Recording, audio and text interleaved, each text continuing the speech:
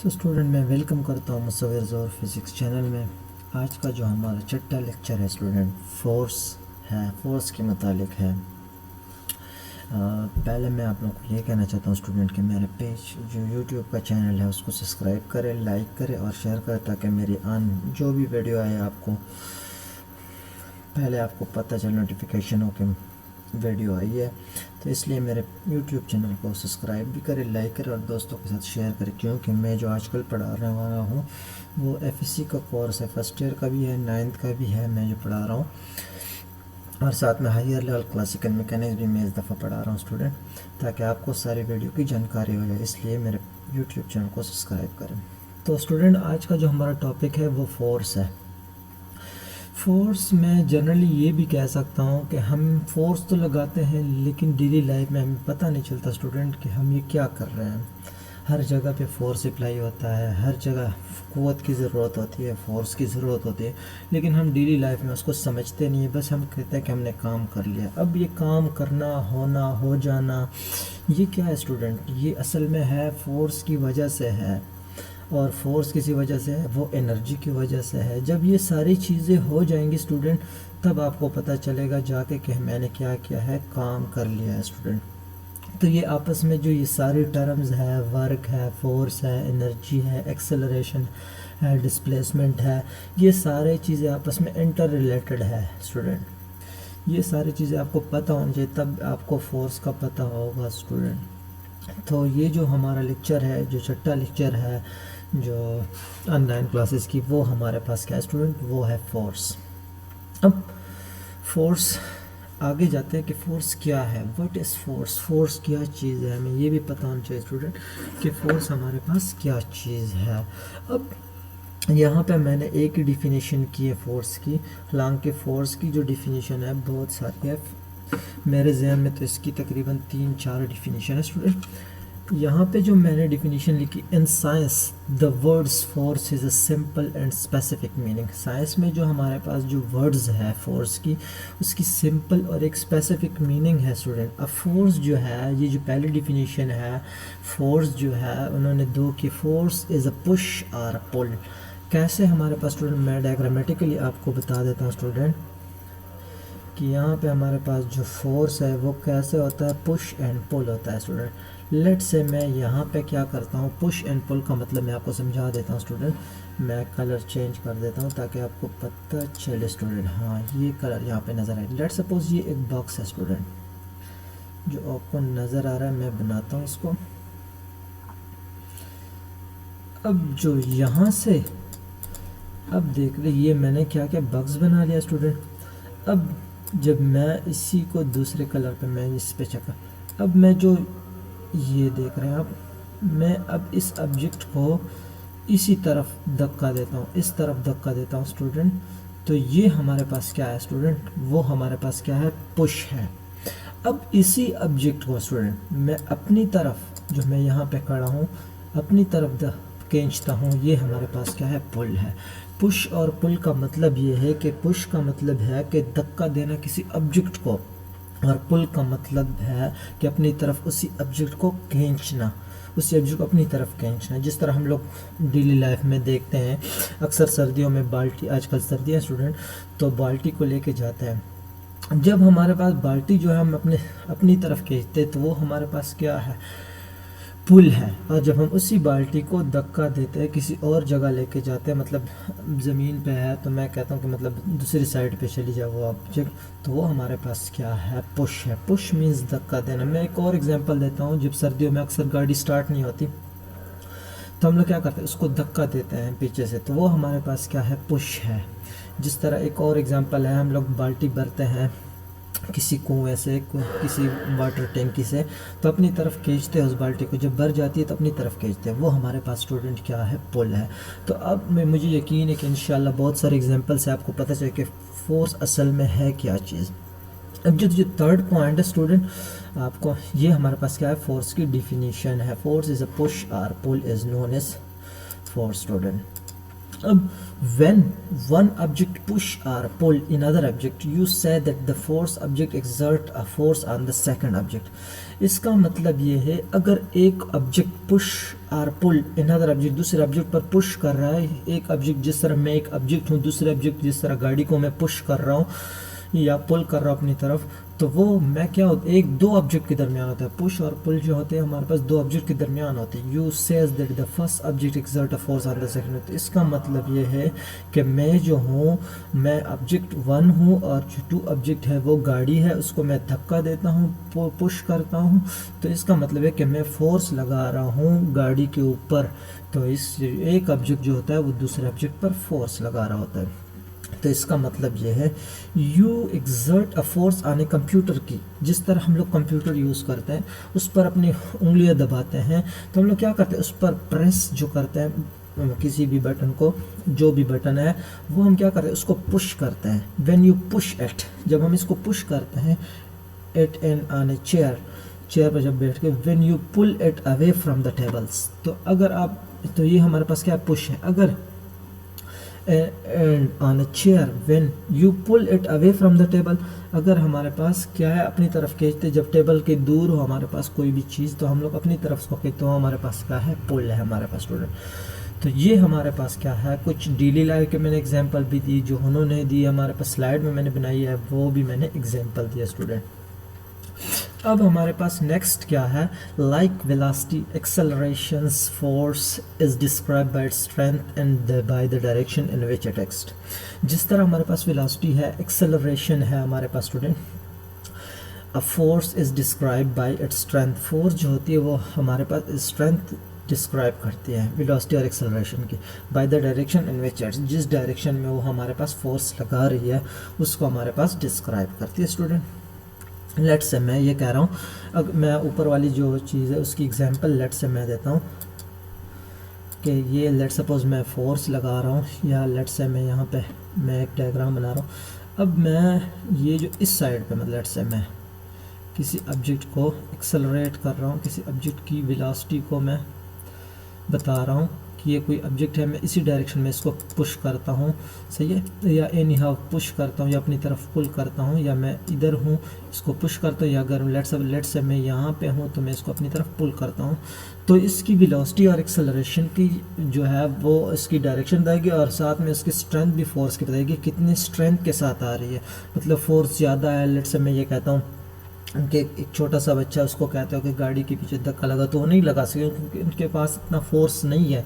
और एक बड़ा आदमी है, उसको मैं कहता हूँ गाड़ी के पीछे धक्का लगाओ, तो वो पुश करता है, तो वो हमारे पास क्या होता है, पुश कर सकता है ईजिली, उसमें उतना स्ट्रेंथ है फोर्स की।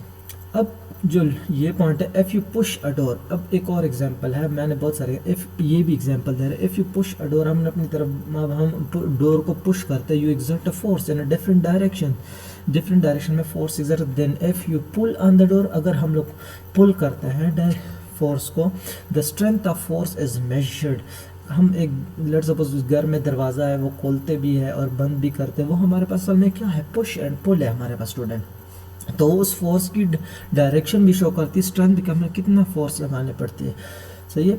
तो स्ट्रेंथ ऑफ द फोर्स, जो जितनी फोर्स को हम स्ट्रेंथ लगा रहा है, कुव्वत लगा रहा है, उसको मेजर करता है ऐसा यूनिट, उसकी हमारे पास स्टूडेंट क्या है, न्यूटन है हमारे पास। एक और भी यूनिट है वो मैं डिस्क्राइब करूँगा, और साथ में डायमेंशन भी डिस्क्राइब करूँगा इंशाल्लाह। तो ये हमारे पास क्या है, ऐसा यूनिट है फोर्स की, वो हमारे पास क्या है, न्यूटन, जिसको हम क्या करते हैं, उससे न्यूटन से रिप्रेजेंट करता है स्टूडेंट। तो student, this unit is name after the English scientist and mathematician sir Isaac Newton ने ये जो हमारे पास ये नेम इसको दिया था, वो कौन था, इस यूनिट को नेम जो दिया था वो इंग्लिश साइंटिस्ट था एंड मैथमेटिशियन था, सर आइजैक न्यूटन ने दिया था। न्यूटन के बारे में आपको मैंने पहले भी लॉज पढ़ाई है student, first law, second law और थर्ड लॉ स्टूडेंट मैंने पढ़ाई है। अब हमारे पास स्टूडेंट अगर इस तरह करते, you exert about 1 Newton force, अगर इसको डिफाइन करते हैं स्टूडेंट न्यूटन को, you exert about 1 Newton of force when you left a small lemon, किसी भी छोटे लेमन जो लीमू है उसको मैं उठाता हूँ, लेफ्ट मीन उठाना, तो 1 न्यूटन फोर्स लगा रहा हूँ student. The direction and the strength of the force can be represented by arrow. अब जो फोर्स है असल में क्या चीज़ है स्टूडेंट, वो वेक्टर क्वांटिटी है। एक चीज़ होती है स्टूडेंट, यहाँ पर एक चीज़ और समझे कि स्केलर क्वांटिटी क्या होती है और वेक्टर क्वांटिटी क्या होती है स्टूडेंट।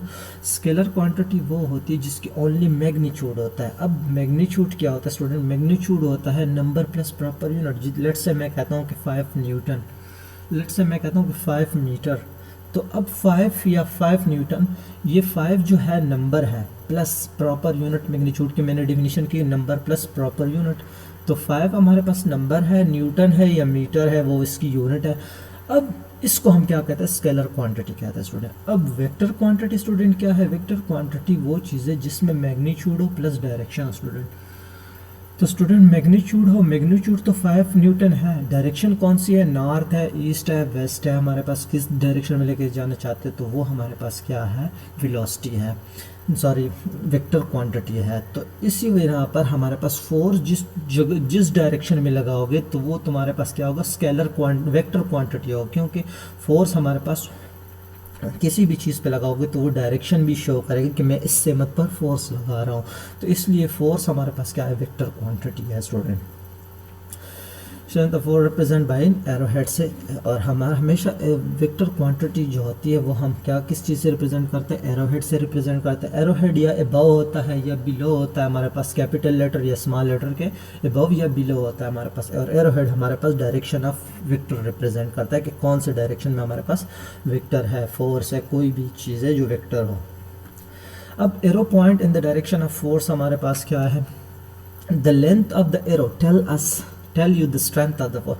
जितना लेंथ होगा, लेट्स मैं यहाँ पे एक डायग्राम ड्रा कर देता हूँ स्टूडेंट आपके लिए कि लेट्स से ये हमारे पास क्या है, फोर्स की डायरेक्शन है यहाँ से यहाँ तक, इस पॉइंट से लेकर इस पॉइंट तक मैं ऑब्जेक्ट को लेके जा रहा हूँ, इस पॉइंट से इस पॉइंट, इस तरफ डायरेक्शन है उसकी।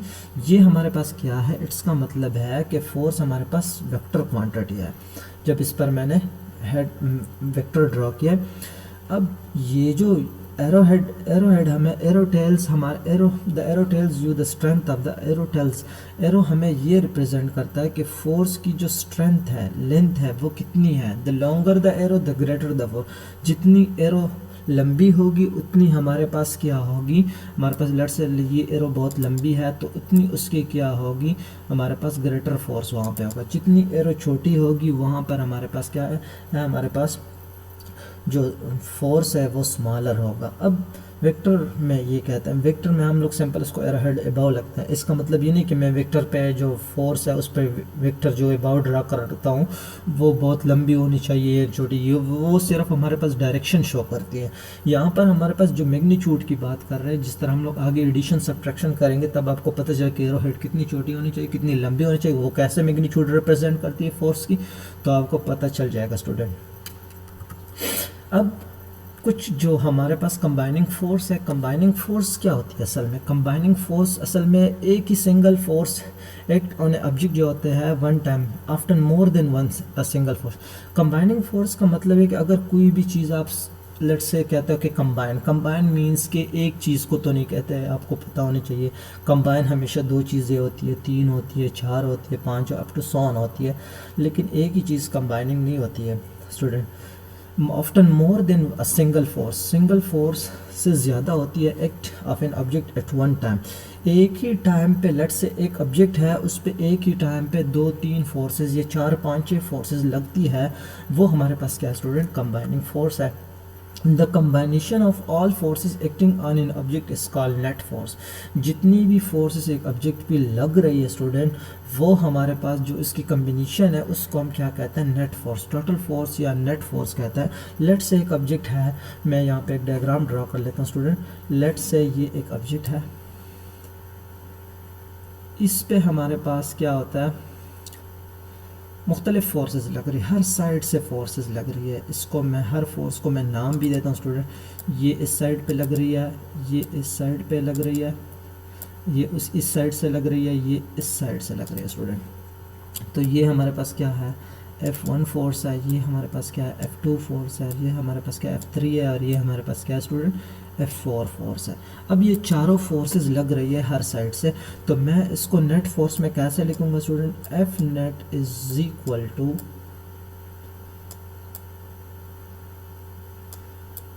F net is equal to F1 plus F2 plus इसी तरह F3 हमारे पास हो जाएगा प्लस F4। तो ये हमारे पास क्या है, इस सारे की जो कंबाइन फोर्सेस है इसको हम क्या कहते हैं, नेट फोर्स कहते हैं स्टूडेंट। इंशाल्लाह समझ में आई होगी आपको स्टूडेंट हमारे पास नेट फोर्स क्या है। ये F1 ये F2 है F3 F4, इनको कंबाइन करके जो नेट आता है वो हमारे पास कहता है स्टूडेंट नेट फोर्स होता है हमारे पास असल में। अब हम जाके नेक्स्ट लेते हैं। अब the net force determine with the object move and also in which direction it move. Net force हमें बताती है कि एक ऑब्जेक्ट मोशन जो कर रहा है वो किस डायरेक्शन में मोशन कर रहा है। नेट फोर्स हमें ये बता, अब अगर हर साइड से फोर्स लग रही है तो हमें ये पता नहीं चलेगा कि ये ऑब्जेक्ट कहाँ पर जाएगा। नेट फोर्स का जो रिजल्टेंट है, रिजल्टेंट फोर्स है, वो हमें बताएगा कि स्टूडेंट ये हमारे पास किस डायरेक्शन में मूव कर रहा है ये ऑब्जेक्ट। सही है स्टूडेंट, उसकी डायरेक्शन भी हमें शो करेगा नेट फोर्स। अब हमारे पास when force act in the same direction, अगर फोर्स सेम डायरेक्शन में अमल कर रही है the net force can be found by adding. तो हम यहाँ पे एडिशन यूज़ करेंगे the strength of individual force. Let's say मैं कहता हूँ कि हमारे पास एक ऑब्जेक्ट है, उस पर सेम डायरेक्शन में फोर्स, एक ही ये फोर्स लग रही है, एक ही ये फोर्स लग रही है, तो ये दोनों फोर्सेस एडिशन हो जाएगी। फिर ये ऑब्जेक्ट है, लेट्स से ये पूरा ऑब्जेक्ट है जहाँ पे दो फोर्सेस अमल कर रही है स्टूडेंट, ये पूरा ऑब्जेक्ट है, ये इसी डायरेक्शन में, दोनों सेम डायरेक्शन, तो हम इसको एडअप करके उसका स्ट्रेंथ आ जाएगा हमारे पास। मैंने आपको पहले बताया था कि जो एरो हेड जो होती है वो एरो वो जो लंबी हो जाती तो हमारे पास क्या होता है, एडिशन में हमारे पास उसको स्ट्रेंथ हो जाती है इंडिविजुअल की। And figure 2 the length of the two arrows which represent two forces. जो दो एरोज है हमारे पास, जो मैंने डायग्राम ड्रा की, ये एक एरोज है और ये एक, वो रिप्रेजेंट करती है two force and added together to find the net force. जब ये हमारे पास ये एड हो गई तो हमारे पास ये नेट फोर्स होगा। इसका मतलब है F net is equal to F1 plus F2। Let's say ये हमारे पास 2 न्यूटन है, ये भी 2 न्यूटन है, तो इससे हमारे पास बन जाएगा 4 न्यूटन टोटल बन जाएगा। तो इसलिए हमारे पास ये स्ट्रेंथ इसकी क्या हो गई, बढ़ गई है, और हमारे पास लेंथ भी हमारे पास क्या हो गया, बढ़ गया हमारे पास। अब ये देख ले, उन्होंने डायग्राम भी दिया है, मैंने भी बनाया है कि ये एक एरो हेड है और ये भी एक फोर्स है। ये F1 इसको लेते हैं, F1 लेते हैं, सही है स्टूडेंट, और इसको मैं स्टूडेंट F2 लेता हूँ। ये F1 हो गया, ये F2 हो गया स्टूडेंट। तो ये हमारे पास क्या है, F नेट, इसकी मैग्नीट्यूड आ गई हमारे पास, और साथ में डायरेक्शन भी ये शो कर रहा है कि कौन से डायरेक्शन में है हमारे पास स्टूडेंट। तो ये हमारे पास क्या था, एडिशन ऑफ वेक्टर भी इसको कह सकते हैं हम लोग स्टूडेंट। उन्होंने एग्जांपल भी दी है वही कि वैल्यू दी है कि F1 की 5 न्यूटन है, तो साथ में स्टूडेंट F2 की वैल्यू भी कि हमारे पास क्या है, 5 न्यूटन है। तो रिजल्टेंट में हमारे पास क्या है, 10 न्यूटन बन जाती है हमारे पास। अब when forces act in opposite direction, जब हमारे पास फोर्स एक्ट कर रही है ऑपोजिट डायरेक्शन में, they also combine produce net force. जब ऑपोजिट डायरेक्शन में मूव कर रही है, लेट्स से मैं कह रहा हूँ ये एक ऑब्जेक्ट है, ये इस साइड पे मूव कर रही है, सॉरी वेक्टर फोर्स है, और एक ऑब्जेक्ट पर इस साइड पर फोर्स अमल करे, तो इसका जो नेट है वो क्या होगा हमारे पास student. However you must pay attention the direction of each forces. हम देखेंगे कि डायरेक्शन किसकी ज़्यादा है हमारे पास, किसकी मैग्नीट्यूड ज़्यादा है, तो उससे हम उसको माइनस करेंगे। Adding a force acting in a one direction तो force acting on the opposite direction in the same, adding positive number to the negative number, positive को नेगेटिव से नंबर से माइनस करेंगे हमारे पास। So when two forces act in opposite direction they combine by subtraction. मैंने आपको पहले भी बताया, अगर सेम फोर्सेस लग रही है सेम साइड पे, तो सेम साइड पे फोर्सेस लग रही है तो हमारे पास एडिशन होगी, जब अपोजिट साइड पे लगेगी तो हमारे पास सब्ट्रैक्शन होगी स्टूडेंट। मैंने पहले भी बताया था आपको student, net force always acts in direction of greater force. जो हम अपोजिट फोर्स लगा रहे हैं, अगर एक साइड की फोर्स जो होती है वो ज़्यादा है दूसरे साइड वाले से, तो हम लोग ज़्यादा वाले से कम को माइनस कर देंगे और उसी डायरेक्शन में वेक्टर को ड्रॉ कर देंगे। सही है, ये आपको नज़र आ रहा है। लेट से शायद वैल्यू दियो, देखो ये जो है मैग्नीट्यूड है उसकी 5 न्यूटन है, इसी डायरेक्शन में जा रही है, और ये जो है इसकी मैग्नीट्यूड है 10 न्यूटन। तो 10 से अगर मैं 5 को माइनस करूँ फोर्स को, तो रिज़ल्ट हमारे पास 5 रह जाता है, लेकिन इसी डायरेक्शन की इसकी जो मैग्नीट्यूड है वो हमारे पास क्या है, ज़्यादा है हमारे पास। अब if the opposing forces are of equal strength there is no net force, अगर यहाँ पे ये बात हो रही है जो अपोजिट फोर्सेस है वो इक्वल है, लेट से एक 5 न्यूटन है, दूसरा एक ही डायरेक्शन में लेट से मूव कर रहा है, ये इसी डायरेक्शन में 5 न्यूटन है और ये इसी डायरेक्शन में 5 न्यूटन है, तो दोनों कैंसिल हो जाएंगे, सब्ट्रैक्शन रूल लगेगा, तो 5 newton 5 minus 5 equal to 0 newton रह जाता है, इसलिए there is no net force हमारे पास बच जाएगा।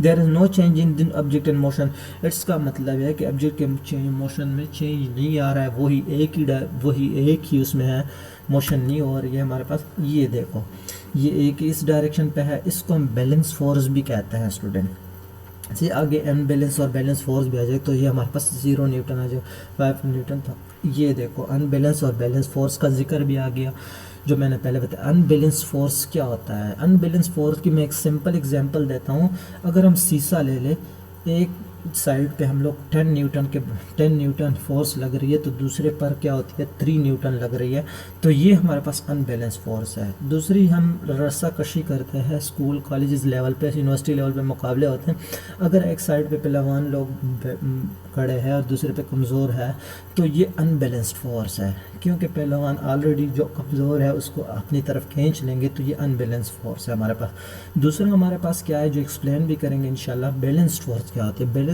वो होती है अगर लेट से एक साइड पे जैसे फोर्स वाले हैं बंदे हैं खड़े हैं, तो दूसरे पर भी वैसे ही सेम फोर्सेस वाले बंदे खड़े हैं, तो इसकी जो रस्सा कशी का मुकाबला होता है वो काफ़ी एंटरटेनमेंट होगी, काफ़ी टाइम तक होगी, जल्दी ख़त्म नहीं होगी। सही है।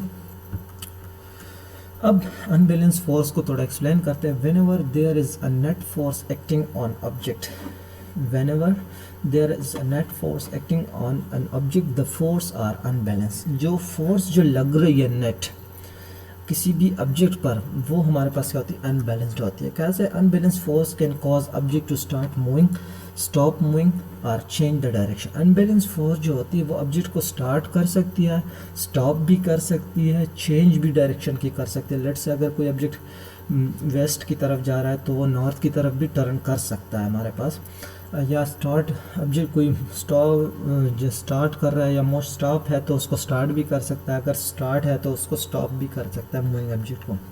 Unbalanced force acting on object result a net force and cause a change in the object motion। Unbalanced force जब एक्ट करता है तो रिजल्ट जो नेट फोर्स है वो क्या करता है, ऑब्जेक्ट की जो मोशन होती है वो चेंज भी कर सकता है। लेट सपोज वो मोशन जो हमारे पास क्या है, तेज़ भी हो सकती है, स्लो भी हो सकती है, स्टॉप भी कर सकता है, मोशन भी होती है। Figure 3 show 2 people exerting force on a box. When they both push the box to the right, their individual force add together produce net force in the direction. Since the net are unbalanced force act on the box move to the right. When 2 people push the box in opposite directions, अगर 2 बंदे हैं किसी box को opposite direction, एक तरफ खींच रहा है, दूसरा दूसरी तरफ खींच रहा है, the net force on the box is different between this and their individual force because the boys push with a greater force than the girls। अक्सर आपने देखा होगा कि मर्द जो होते हैं उनमें फोर्स ज़्यादा होती है गर्ल्स के मुकाबले। Their force are unbalanced and net force act on the box to the right, is the result box move to the right. आप देख रहे हैं स्टूडेंट, इंडिविजुअल फोर्स है हमारे पास, नेट फोर्स हमारे पास जो लग रही है। अब क्या होता है, आप देख रहे हैं पहले एक ही डायरेक्शन में फोर्स है, unbalance force in the same direction when 2 force act in the same direction the net force of the sum total neutral the box is move to the right की तरफ मूव करना लग जाती है। Unbalance force is opposite direction when 2 forces act in opposite direction the net force is the difference between the 2 individual the box move to the right. क्यों? क्योंकि इस बंदे की जो है फोर्स ज़्यादा है गर्ल्स के मुकाबले में, तो इसलिए ये राइट की तरफ चला जाएगा। अब अगर 2 गर्ल्स है वो फोर्स लगा रही है student, balance force is opposite direction when 2 equal force, ये 2 इक्वल फोर्सेस है student, then opposite direction then cancel each other effect the box does not move. जब बैलेंस फोर्स है तो बॉक्स जो है इजीली मूव नहीं कर सकता, वो क्या होता है, डज नॉट मूव, अपनी जगह पे रह जाता है। अब बैलेंस फोर्स की डायग्राम को मैंने आप लोगों को समझा दिया स्टूडेंट। बैलेंस फोर्स क्या चीज़ है? When force are exert on object then the object motion does not always change. जिस तरह जो होती है हमारे पास बैलेंस फोर्स लगी होती है तो हमारे पास उसकी जो मोशन है हमारे पास does not change always change, वो एक ही मतलब उसमें हो जाती है हमारे पास, या rest does not always change, motion जो होती है वो चेंज नहीं होती। इन ओम रेसलिंग कंटेंट, यही बात है कि रेसलिंग जो होती है उसमें कंटेस्ट होता है। Each person exert a force on the other arm but the two forces, जिस तरह हमारे पास जो हैंड वाली जो वो करते हैं हमारे पास कंटेस्ट करते हैं रेसलिंग में, तो दोनों अपोजिट डायरेक्शन में फोर्स होती है एक्सर्ट करती है। अगर दोनों के हाथ की जो फोर्सेस है वो बराबर है तो वो मुश्किल से एक दूसरे को हराते हैं, तो इट मीन्स कि जो फोर्सेस है वो बैलेंस है। Even through both people push hard their arm position may not change, जो पोजीशन होती है वो चेंज नहीं होती। Equal forces acting on a one direction opposite direction are called balance force. Equal forces होती है, लेट से दोनों हमारे पास, लेट से मैं यही कह सकता हूँ 5 न्यूटन एक साइड पे है तो दूसरी पे भी 5 है, तो रिजल्ट क्या होगा? दोनों बैलेंस हो जाएंगी। जब बैलेंस फोर्सेस है हमारे पास तो वो हमारे पास क्या रिजल्ट 0 न्यूटन होगा हमारे पास student. Each force is balance by the either, दोनों फोर्स आपस में बैलेंस करी। Balance force acting on object do not change the object motion, जब बैलेंस फोर्स लग जाती है दोनों साइड पे तो ऑब्जेक्ट का जो मोशन होता है वो चेंज नहीं होता है। When equal forces are exerted in opposite direction there is no net force, जब हमारे नेट फोर्स कैसे होगा? क्योंकि हमारे पास इक्वल फोर्सेस लग रही है स्टूडेंट, 5 न्यूटन और 5 न्यूटन की हमारे पास, तो हमारे पास जो रिजल्ट नेट फोर्स होगा वो 0 होगा student. And figure 3 when 2 people push on the box with the equal force opposite then the force cancel out, तो हमारे पास जो फिगर 3 था, जो मैंने लड़कियाँ 2 बताई थी, 2 गर्ल्स थे, उनकी जो फोर्स थी वो क्या थी? बैलेंस थी स्टूडेंट, तो चेंज नहीं आ रहा था उसमें, फिक्स्ड थी हमारे पास, मोशन डज नॉट चेंज कर रहा था, तो इसलिए हमारे पास जो फोर्स की जो इफेक्ट है वो कैंसिल हो जाती है। The box does not move, तो बॉक्स हमारे पास अपनी जगह पर रह जाता है। तो ये हमारी पूरी की कहानी थी, पूरी कहानी थी फोर्स के बारे में। फोर्स हमने थोड़ा एक्सप्लेन भी किया। अब मैं कुछ फोर्स की 1-2 और डिफिनीशन कर लेता हूँ स्टूडेंट कि फोर्स हमारे पास क्या है। फोर्स असल में हमारे पास एक और डिफिनीशन है, the rate of change of momentum, उसको भी हम क्या कहते हैं? फोर्स कहते हैं student. The rate of change of momentum is known as force, ये भी हमारी डिफिनीशन है। दूसरी क्या है हमारे पास? तीसरी, the product of mass and acceleration, the product of mass and acceleration is known as force, ये हमारे पास तीसरी डिफिनीशन है स्टूडेंट फोर्स की, जो यहाँ पे मैंने नहीं लिखी है। और चौथी डिफिनीशन हमारे पास स्टूडेंट वो क्या है? The force is an agent which move और टेंस टू मूव और स्टॉप और टेंस टू स्टॉप। फोर्स एक ऐसा अमल है जो एक ऑब्जेक्ट को मोशन में लेकर आता है तो हमेशा होगा, जो ऑब्जेक्ट को रेस्ट पे लेकर आता है वो हमेशा रेस्ट पे होगा। हालांकि ऐसा नहीं होता कि एक ऑब्जेक्ट मोशन में है तो हमेशा मोशन, नहीं, वो अलग चीज़ें हैं जो फ्रिक्शन है उस पर अमल करने लग जाती है, इसी वजह से स्टॉप हो जाता है। तो यहाँ पे मैंने फोर्स की 4 डिफिनीशन के स्टूडेंट अपने जहन में रखनी चाहिए स्टूडेंट एग्ज़ाम के लिए। तो ये मैंने डिफ़ाइन किए। फिर फोर्स में हमारे पास इक्वल अपोजिट फोर्स भी मैंने डिफ़ाइन किए, बैलेंस अनबैलेंस भी डिफ़ाइन किए, एडिशन और सब्ट्रैक्शन ऑफ फोर्सेस भी डिफ़ाइन किए स्टूडेंट। तो ये था हमारा फोर्स का टॉपिक स्टूडेंट। इसके बाद मैं वर्क का टॉपिक पढ़ूंगा स्टूडेंट कि वर्क क्या चीज़ है हमारे पास, वर्क। तो थैंक यू स्टूडेंट, मेरे यूट्यूब चैनल को सब्सक्राइब करें, लाइक करें और दोस्तों के साथ शेयर करें। अल्लाह हाफ़िज़, दुआ में याद रखना।